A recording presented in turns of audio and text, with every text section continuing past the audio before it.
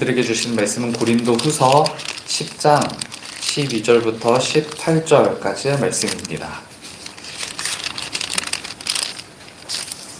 신약성경 297쪽쯤에 있습니다.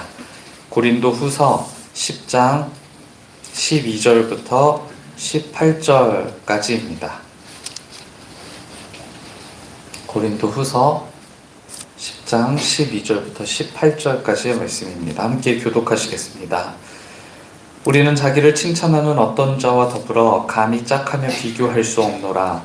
그러나 그들이 자기로서 자기를 헤아리고 자기로서 자기를 비교하니 지혜가 없도다. 그러나 우리는 누구 이상에게 살아가지 아니하고 오직 하나님이 우리에게 다루시고 그 몸에 자기를 알아내니 온 너희에게까지 이르는 것이다. 우리가 너희에게 미치지 못할 자로서 스스로 지나쳐 나아간 것이 아니요 그리스도의 복음으로 너희에게까지 이른 것이다. 우리는 남의 수고를 가지고 누구 이상에게 사랑을 하는 것이 아니라 오직 너희 믿음을 살할수록 우리의 기권을 받아 너희 가운데서 오죽하게 쓰는 이는 남의 규범으로 이루어 놓은 것으로 자랑하지 아니하고 너희 지역을 넘어 복음을 전하려 함이라. 함께요. 옳다 인정함을 받는 자는 자기를 칭찬하는 자가 아니요 오직 주께서 칭찬하시는 자시라. 아멘. 이전 세대와 오늘 세대의 갈등은 오늘 내일 일이 아닐 텐데요. 제가 어렸을 땐 저희 세대를 X세대라고 불렀거든요. 그래서 그때 당시에도 이전 세대와 현재 세대를 구분하면서 이제 이 어린 세대들을 지칭했었는데요. 그래서 그때 굉장히 많이 어른들한테 들었던 얘기가 뭐냐면 지금 이 세대가 어른이 된다면 금방 참 나라가 어떻게 될지 걱정이다 라는 이야기들을 줄곧 듣곤 했습니다. 그리고 이제 저희 세대가 어른이 되고요. 조금 나이가 들어서 어린 친구들을 바라볼 때 그 친구들을 지금은 이제 MZ 세대라고 이렇게 부르더라고요. 그리고 이제 어른이라고 불릴 법한 나이가 되었을 때 이 친구들을 바라보면서 마치 제 어린 시절의 어르신들이 저희 세대를 향해서 그랬던 것처럼 저 역시 이제 이 다음 어린 세대들을 보면서 걱정하고 있는 제 모습을 보곤 합니다. 이 친구들이 직장인이 되면 그리고 이 친구들이 어른이라고 불릴 법한 나이가 되면 이 친구들이 사회생활을 하면 많은 갈등들이 야기될 것처럼 얘기하기도 하고요. 한동안 잘 아시겠지만 90년생이 온다라는 책이 베스트셀러가 됐었잖아요. 그러니까 이 90년대에 태어난 아이들의 특징을 담아두고 이 아이들이 이제는 성인이 되게 될 텐데 이제 우리 이전 세대들이 이 성인이 되는 90년대생들을 어떻게 수용할 수 있을 것인가를 담은 책입니다. 이런 책들이 베스트셀러가 되고 유행이 되는 데에는 MZ세대를 이해해 보려는 눈물겨운 노력이 있는 것이겠죠. 그리고 지금도 여전히 서로를 이해하기 위해서 굉장히 많은 노력들을 기울이고 계신 중일 겁니다. 이전 세대와 오늘 세대의 갈등에는 여러 가지 이유가 있겠지만요. 한 가지 권위에 대한 관점의 변화가 이와 같은 갈등을 야기하고 있는 것 아닌가 싶은 생각을 하곤 합니다. 예전에는요. 권위 자체가 권위로 인정받는 시대가 있었거든요. 그러니까 아빠는 아빠라는 이유로 존중을 받는 시대가 있었죠. 그러니까 아버지가 가정에서 어떻게 행위했는지 사실 중요하지 않아요. 그런데 아버지가 아버지라는 이유만으로 권위를 인정받는 시대가 있었고요. 회사에서는 부장님이 부장이라는 이유로 권위를 인정받는 시대가 있었죠. 목회자라고 다르지 않았습니다. 목사가 그저 목사라는 이유 하나 때문에 권위를 인정받는 시대가 있었지만요. 그러나 오늘은 다르죠. 어떤 타이틀이 권위를 말해주는 것이 아니라 권위를 갖기 위해서는 소속된 공동체에서 획득해내야 되는 것이 권위가 된 줄입니다. 그래서 이제는 아버지가요, 아버지라는 이름만으로 존재할 때 아이들은 아버지를 인정해주지 않는다고요. 그러니까 아버지다움을 이 가족 공동체 안에서 획득해내는 것이 이제 아버지의 임무가 되는 것이죠. 사견이지만요. 저는 권위가 권력을 탐했기 때문에 일어난 일이라고 봅니다. 많은 사람들이 순전한 마음으로 부여했던 권위와 인덕을 권위를 지닌 사람들이 이 권위를 권력처럼 생각해서 남발한 결과가 오늘과 같은 상황을 만든 것 아닐까 생각을 해보거든요. 고린도후서 10장 8절을 보시면요. 바울이 굉장히 의미심장한 말을 합니다. 사도 바울이 자신의 사도성을 변증하거든요. 그러니까 이 지금 사도 바울의 상황이 어떤 상황이냐면 본인이 이 기독교 진리에 대해서 끊임없이 설파하고 전파하고 다니는데, 그런데 수많은 사람들이 사도 바울이 가지고 있었던 사도라는 권위를 의심하고 접근하는 거예요. 그렇기 때문에 사도 바울은 자신의 사도성에 대해서 변증해야 될 필요성을 느꼈고 자신의 사도성에 대해서 변증을 하고 있는 겁니다. 그리고 자신이 부여받은 권위가 누구로부터 부여받은 권위인지를 설명하는데요. 그가 자신이 부여받은 권위를 먼저 어떻게 사용했는지에 대해서 설명하거든요. 10장 8절은 이렇게 기록합니다. 넘어뜨리라고 주신 권위가 아니라 세우라고 주신 권위다 라고 이렇게 설명을 하는데요. 저는 이게 권위와 권력이 지향해야 될 지향점이라고 생각합니다. 한 공동체가 한 사람에게 부여한 권위와 권력은 해당 공동체를 망가뜨리거나 또는 마음껏 활용해도 좋다라는 의미가 아니라요. 부여한 권위와 권력을 통해서 공동체를 아름답게 세워달라는 공동체의 요청인 거예요.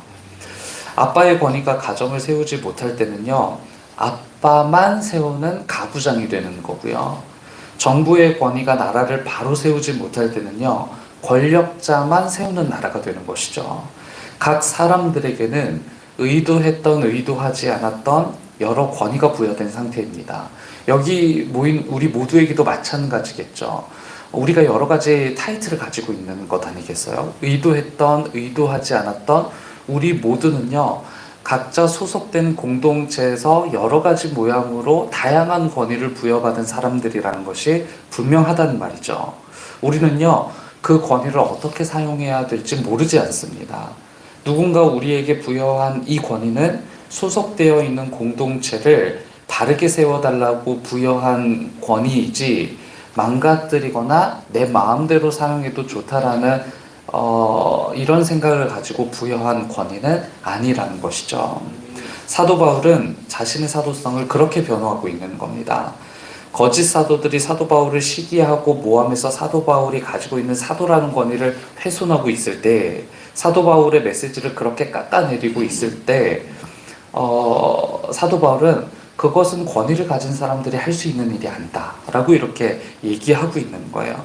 주님의 공동체를 세우고 15절이요, 함께 하고 있는 일을 확장시키고 16절이요, 복음을 전하면서 18절, 하나님께로부터 인정을 받는 것. 그 일을 지금 거짓 사도들이 하고 있는 것이 아니라 바로 이와 같은 일을 하고 있는 사도 바울 나 자신이야말로 사도의 권위를 가진 사람이다. 고린도 교회 성도들에게 그렇게 변호하고 있는 거야. 누가 권위를 가진 사람이냐? 이 교회를 무너뜨리려고 하는 이 거짓 사도들이 권위를 가진 사람이냐? 그렇지 않다. 함께 하고 있는 활동들을 확장시키고 복음을 전하고 하나님께로부터 인정을 받는 것, 그렇게 교회의 공동체를 세워가는 이 일을 하고 있는 나 자신이 바로 사도이고 하나님의 권위를 받은 사람이다 라고 이렇게 변호하고 있는 것이죠. 우리에게 주어진 권위 역시요, 그렇게 증명되어야 하겠죠. 아빠라는 존재가 가정을 세우기 위해서 만일 음식을 만들어야 되고 설거지를 해야 되고 화장실 청소를 해야 하는 것이라면요, 얼마든지 하는 것이 권위일 거고요. 교회에서 호칭하는 집사, 권사, 장로, 목사라는 직분이 계급과 권력을 뜻하는 것이 아니라는 걸 잘 알고 있다면 누구라도 마땅히 동일한 섬김의 자리로 나아가는 것이 정답일 겁니다. 우리는요, 공동체를 이처럼 어떻게 세우는지 모르지 않습니다. 공동체는 권력으로 세우는 것이 아니라 섬김으로 세우는 것이죠. 오늘 우리에게 주어진 일상에서 발휘된 섬김의 모습을 통해 하나님께도 인정을 받는 사람, 그리고 사람들에게도 칭찬을 받는 사람으로 살아가게 되기를 주님의 이름으로 축복합니다. 무엇보다 사도 바울의 말처럼 참으로 인정을 받는 사람은 하나님께서 내세워 주시는 사람입니다. 함께 기도하겠습니다. 하나님, 우리에게 참 많은 권세를 주셨습니다. 그리고 참 많은 힘을 주셨습니다. 우리가 가진 힘과 권세를 올바르게 사용할 수 있는 마음과 지혜를 주시고, 우리가 가진 그 모든 것으로 다른 사람을 세우고 교회를 세우며 하나님이 이루고자 하시는 하나님 나라를 함께 세워가는 공동체 되도록 인도해 주옵소서. 이 일을 위해 모인 기도하는 사람들을 주목하시옵소서. 우리의 기도가 흥결없는 주님의 기도를 따르게 되길 바랍니다.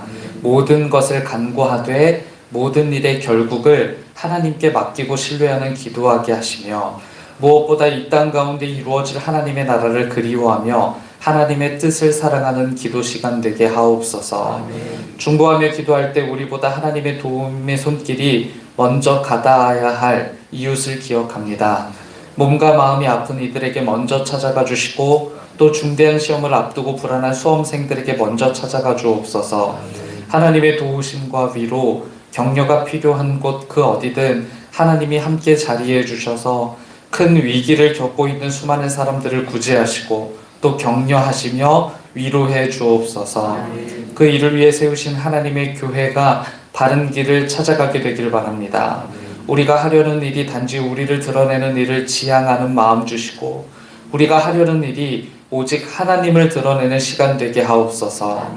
누구라도 공감할 만한 선한 사업들을 교회가 계획하게 하시고, 우리가 늘 하나님이 곁에 계시다는 사실을 기억하며 연합하는 공동체 되게 하옵소서. 혼란한 이 땅을 위해 기도하지 않을 수 없습니다. 인간의 탐욕으로 인한 전쟁과 기근은 그칠 줄 모르고 자유와 삶을 빼앗긴 사람들이 적지 않습니다. 우리가 망가뜨린 자연은 제자리를 찾아가기 위해 몸부림치고, 이 때문에 하나님의 피조 세계는 다시 한번 고통하게 되는 악순환을 겪게 됩니다.